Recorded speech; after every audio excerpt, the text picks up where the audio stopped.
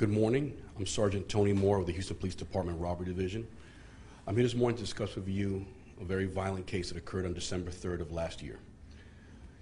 In the 9600 block of Southwest Freeway at a Shell station, just before shift change at approximately 10:30 at night, a man was doing his normal routine, counting the money, putting things away, just doing a job that everyone does in 9 to 5.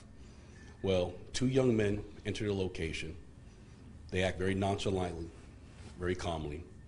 Suddenly, in a violent explosion, both males pull out their weapons, rush the clerk.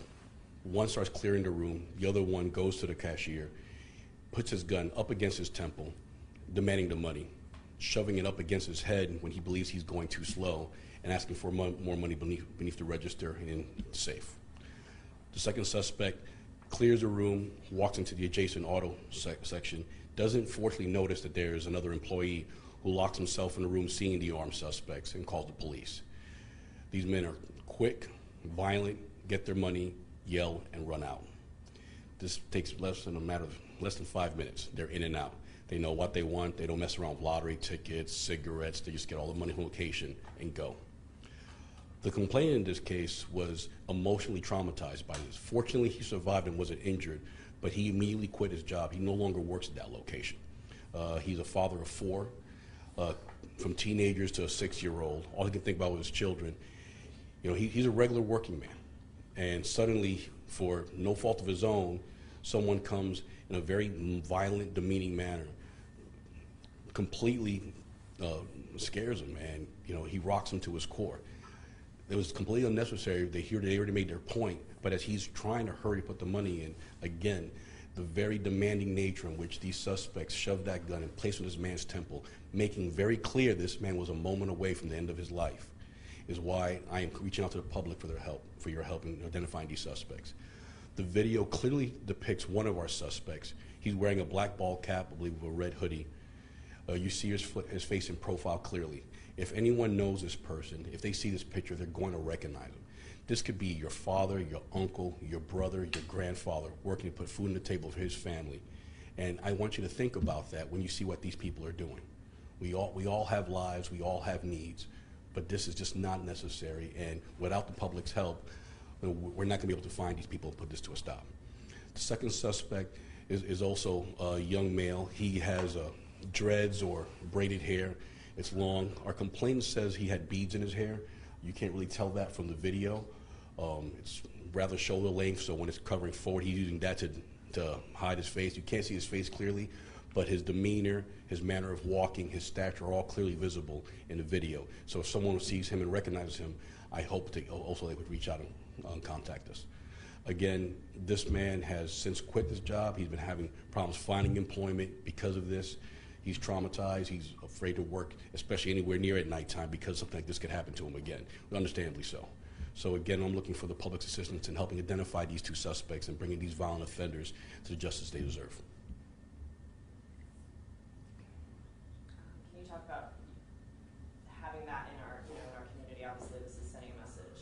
Yeah, unfortunately, too many young men are choosing this life of crime for whatever reason to fulfill their needs. We are working actively and aggressively in the Houston Police Department, the Robbery Division, to try to apprehend and identify these suspects. We do believe that this could be related to other incidents, that this occurred back in December, and here we are in February. Those leads have been looked at, and we just could not positively identify and make that connection. But unfortunately, in my experience, and I believe most investigators will tell you, when there's one, they've done 2. When they've done 2, they've done 3. So this, out of all the possible instances that we've looked at that they could have been connected, this is the best video we have, this is the best evidence we have, and that's why we're reaching out to the public now. I'm not saying for sure these suspects have done something else, but it's been our experience that when someone does something like this, this is not going to be their first rodeo. Plus the way they come in, the second suspect specifically, when he walks in, he's playing on the phone completely calm. There's no nervousness, there's no initial rush. This is not their first rodeo. You're saying they're pros at this, they've done this before, they've got kind of like a system. Yeah, I mean, it's unfortunately for them, this is probably how they make their money. Instead of getting an honest day's work, this is how they fund whatever their needs are, whether it's for thrills, whether it's for the sense of entitlement, whether it's again, how they get their paycheck. This is how they make their living, off the back and sweat of other people. How important is it to get these guys off the streets? Again, this man was within moments away from the end of his life. They had no remorse, and they had no hesitation in drawing their weapons. Again, in the manner they cleared, this video is clipped. So to make a little more sense of it, the first suspect walks in, the one with the hoodie and the ball cap. Shortly thereafter, the second suspect walks in. They separate. Then the suspect with the ball cap immediately goes behind the counter. The second suspect starts sweeping the store. Then the second suspect comes back. He passes the front of the counter. That's when you see him in front of the counter. And then the second suspect, as he's leaving, you're seeing him at the counter. Part of the video also shows when the first suspect makes the demand to complain. It doesn't show when he shoves the gun in his face because we do not want to show the complainant's face. But he's in there, he's giving the command, and you can see the complainant is in no way offering any resistance. He's complying, he's opening the register, he's grabbing the money, which what we tell people to do is like the number one thing if you're ever in a situation is to survive. Okay? We want you to be a witness. We want you to survive. You're the most important thing. The money, the property can all be replaced. You cannot. He completely complies, he offers no resistance, and still this person feels that he has a need to impose himself upon this complainant and shove that gun right up his head.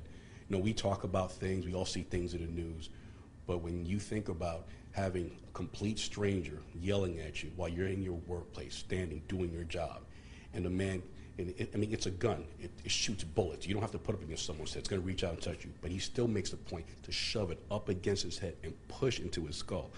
That, my complainant consistently and vividly recalled, and why he is no longer working at that location. Any idea if they took off the car or vehicle or anything? Oh no, once they walked, they would just see there's no exterior cameras. They just left on foot in an unknown direction, and the complainant wisely just stayed in there, hit his panic alarm, and just waited for the police. So at this time, I have no vehicle, if there was a vehicle involved.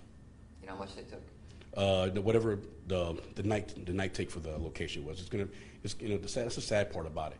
We're talking, these locations are not banks, you know, they're not cashier places. You're not going to get tens of thousands of dollars.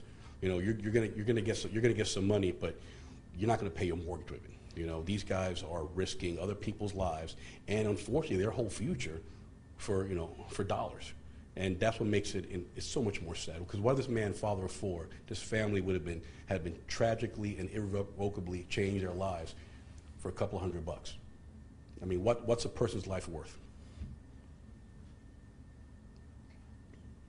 Well, again, I implore the public, if you recognize these people, please reach out to us. That is the way things work. We are not trying to, go out there and, just find these young men just to put them in jail. They're out there doing violent crimes. This could be someone that you know in your family, and the crime you ignore today could be the tragedy that affects your family tomorrow.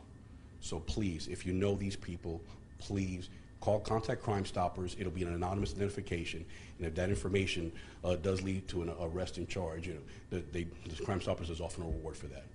Again, thank you very much.